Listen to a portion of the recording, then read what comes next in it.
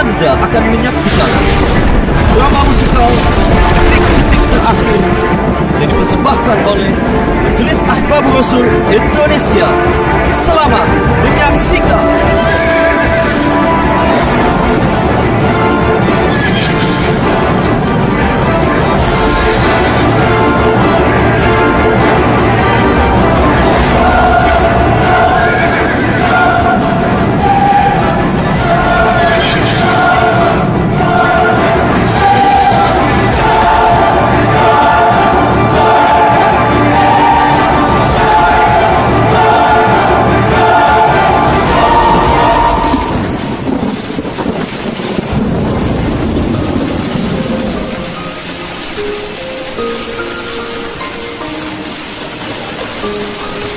Salawat dan salam semoga tercurah kepada junjungan kita Nabi Muhammad sallallahu alaihi wasallam.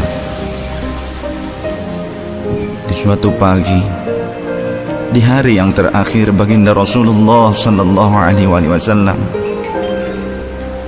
dengan suara terbata-bata beliau memberikan khutbah yang singkat kepada keluarganya. Wahai umatku, kuwariskan dua perkara yang agung kepada kalian, yaitu Al-Quran dan sunnahku, juga Al-Quran dan keturunanku. Barang siapa yang mencintai sunnahku dan keturunanku, maka mereka telah mencintaiku, dan kelak orang-orang yang mencintaiku akan masuk ke dalam surga bersama denganku. Khutbah singkat ini diakhiri dengan Rasulullah sallallahu alaihi wasallam memandang dengan pandangan yang tenang terhadap mata sahabat-sahabatnya. Pada saat itu terlihat Abu Bakar Siddiq membalas pandangan itu dengan mata yang berkaca-kaca. Umar radhiyallahu an menahan nafas tangisnya dengan begitu kuat. Utsman radhiyallahu an menghela nafas sepanjang-panjangnya melihat Rasulullah sallallahu alaihi wasallam. Ali radhiyallahu an pun menundukkan kepala sedalam-dalamnya, isyarat bahwa waktu itu telah datang. Saat perpisahan sudah tiba dengan Rasulullah sallallahu alaihi wasallam. Rasulullah akan meninggalkan kita. Manusia termulia itu sudah hampir selesai tugasnya di dunia. Saat itu matahari kian meninggi, tapi pintu Rasulullah tetap tertutup. Sedangkan di dalamnya Rasulullah SAW sedang berbaring lemah dengan keningnya yang berkeringat dan membasahi pelepah kurma yang menjadi alas tidurnya. Tiba-tiba dari luar pintu terdengar seseorang yang mengucapkan salam. Assalamualaikum, bolehkah saya masuk? Lalu Fatimah membuka pintu seraya berkata, Waalaikumsalam, maafkanlah aku, ayahku sedang demam. Lantas Fatimah membalikkan badan dan menutup pintu. Rasulullah sallallahu alaihi wasallam mendengar jawaban Fatimah. Seraya beliau bertanya, siapakah yang datang itu wahai putriku? Fatimah pun menjawab, Tidak tahulah wahai ayah, tak pernah aku lihat orang itu sebelumnya. Lalu Rasulullah sallallahu alaihi wasallam menatap putrinya itu dengan pandangan yang menggetarkan. Satu-satu bagian wajah mereka seolah hendak dikenang. Orang-orang yang berada di samping beliau dipandangnya dengan pandangan yang begitu tenang. Rasulullah pun berkata, ketahuilah wahai putriku, dia itulah yang memisahkan kenikmatan dunia. Dialah malakul maut. Dialah malakul maut. Maka Fatimah pun menahan ledakan tangisnya di depan ayahnya karena mengetahui ajal ayahnya sudah dekat.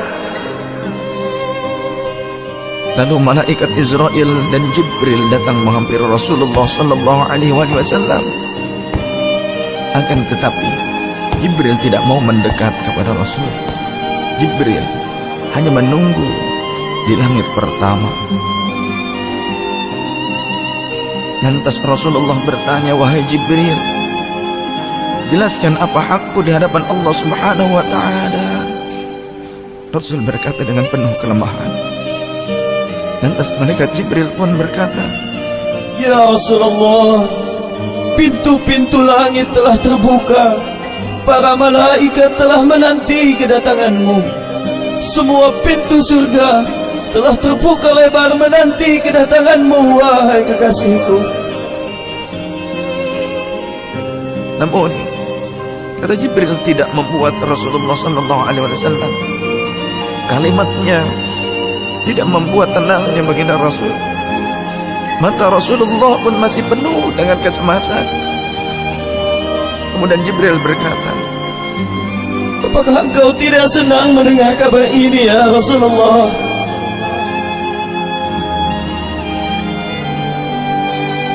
Kemudian Rasul pun berkata, kabarkan kepadaku bagaimana nasib umatku kelak, wahai Jibril. Lalu Jibril menjawab, Jangan khawatir ya Rasulullah. Aku telah mendengar Allah telah berfirman kepadaku, Kuharamkan surga bagi siapa saja kecuali umat Muhammad telah berada di dalamnya. detik-detik wafat Rasulullah semakin mendekat, dan tibalah saatnya malaikat Israel menjalankan tugasnya. Perlahan-lahan ruh Rasulullah sallallahu alaihi wasallam ditarik dari tubuhnya. Tampak seluruh tubuh Rasulullah bersimbah peluh. Urat-urat leher baginda Rasul menegang pada saat itu. Manusia termulia merasakan sakaratul maut. Perlahan-lahan Rasulullah sallallahu alaihi wasallam pun mengadu, merasakan rasa sakit itu. Dan Rasulullah berkata, wahai Jibril, betapa sakitnya sakaratul maut ini. Rasul berkata dengan begitu lirih. Fatimah pun memejamkan matanya, tak sanggup memandang ayahnya. Sedangkan Ali di sampingnya menundukkan pandangan semakin dalam. Dan ternyata Jibril pun memalingkan mukanya, tak mampu memandang Rasulullah sallallahu alaihi wasallam. Lantas Rasulullah pun berkata, Ya Jibril, jika engkau melihatku hingga kau palingkan wajahmu dariku, hai Jibril. Lantas Jibril pun menjawab, Siapakah yang sanggup melihat kekasih Allah direbut ajalnya ya Rasulullah?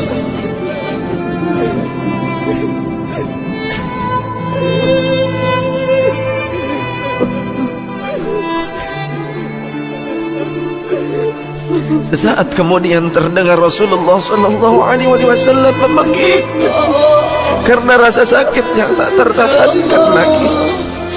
Lalu Rasul pun berkata, Ya Allah, dahsyatnya sakaratul maut ini ya Rabb. Timpakan seluruh siksa maut ini kepadaku atas umatku, jangan pada umatku ya Allah.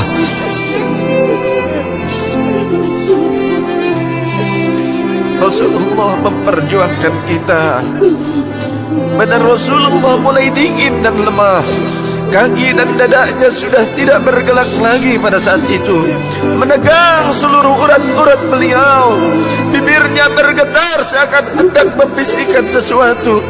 Maka bergegaslah Ali radhiyallahu anhu mendekatkan telinganya ke bibir Rasulullah sallallahu alaihi wasallam. Lalu Rasulullah membisikkan, Usikum bis-salah, Usikum bis-salah, Usikum bis-salah, wa ma malakat aymanukum. peliharalah sholat. Aku wasiatkan kepada kalian agar kalian menjaga sholat. Jagalah sholat oleh kalian, dan peliharalah orang-orang yang lemah di sekeliling kalian. Rasulullah masih mengingat kita. Di luar rumah saat itu terdengar tangisan dari para sahabat yang bersautan. Sahabat saling berpelukan. Fatimah radhiyallahu anha menutup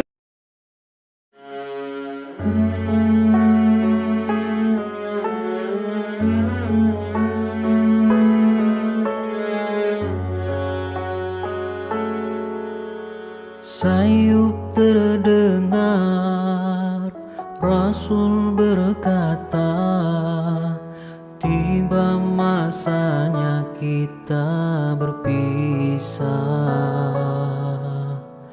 Inilah hari ku sempurnakan agama Islam yang mulia. Padang Arafah menjadi saksi perpisahan yang agung. Perginya Rasulullah, kekasih hati, manusia agung pilihan Allah. Perginya Rasulullah, kekasih hati, manusia agung pilihan Allah.